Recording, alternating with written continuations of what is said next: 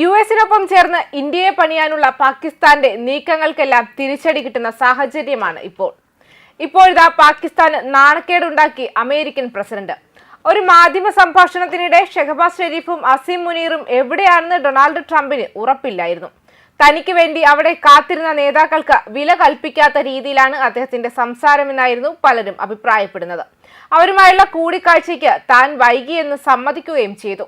US president Donald ട്രംപുമായുള്ള കൂടിക്കാഴ്ചയ്ക്ക് മുന്നോടിയായി പാകിസ്ഥാൻ പ്രധാനമന്ത്രി ഷഹബാസ് ഷെരീഫും Pakistan army chief field marshal Asim മുനീറും ഓവൽ ഓഫീസിൽ കുറച്ചുനേരം കാത്തു നിൽക്കേണ്ടി വന്നു. ഓവൽ ഓഫീസിൽ വെച്ച് US president Donald Trump Pakistan പ്രധാനമന്ത്രി ഷഹബാസ് ഷെരീഫുമായി കൂടിക്കാഴ്ച നടത്തി.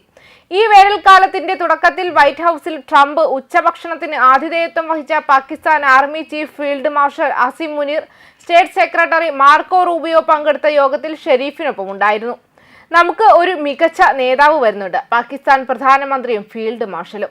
ഫീൽഡ് മാർഷൽ വളരെ മികച്ചയാളാണ്, പ്രധാനമന്ത്രിയും അങ്ങനെ തന്നെ.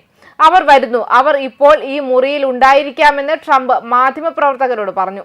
അമേരിക്കയും പാകിസ്ഥാനും തമ്മിലുള്ള ഒരു വ്യാപാര കരാറിനെ തുടർന്നാണ് ഈ കൂടിക്കാഴ്ച നടന്നത്. ചൊവ്വാഴ്ച ന്യൂയോർക്കിൽ നടന്ന UN ജനറൽ അസംബ്ലിയിൽ ട്രംപും ഷെരീഫും വളരെ ഹ്രസ്വമായി കൂടിക്കാഴ്ച നടത്തിയതിന് തൊട്ടു പിന്നാലെയാണ് ഈ കൂടിക്കാഴ്ച നടന്നത്. Egypt, Indonesia, Pakistan, Qatar, Saudi Arabia, തുർക്കി എന്നിവയുൾപ്പെടെ അറബ് രാജ്യങ്ങളിലെയും മറ്റുള്ളവരിലെയും നേതാക്കളുമായി US പ്രസിഡന്റ് ബഹുമുഖ കൂടിക്കാഴ്ച നടത്തിയത്. വൈകുന്നേരം 4:52 വൈറ്റ് ഹൌസിലെത്തിയ ഷെരീഫിനെ മുതിർന്ന ഭരണ ഉദ്യോഗസ്ഥർ സ്വീകരിച്ചു. ഷെരീഫും മുനീറും വൈറ്റ് ഹൌസിലെത്തിയപ്പോൾ ട്രംപ് നിരവധി എക്സിക്യൂട്ടീവ് ഉത്തരവുകൾ ഒപ്പുവെച്ചു. മാധ്യമപ്രവർത്തകരോട് സംസാരിക്കുകയായിരുന്നു.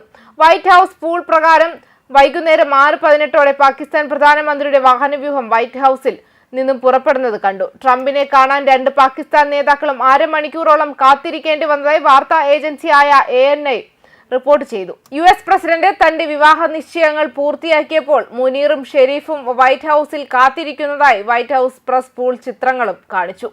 പരമ്പരാഗതമായി ദക്ഷിണേഷ്യയിലെ ഒരു തന്ത്രപരമായ സുരക്ഷാ പങ്കാളിയായിട്ടാണ് അമേരിക്ക പാകിസ്ഥാനെ പ്രധാനമായും കണ്ടിരുന്നത്.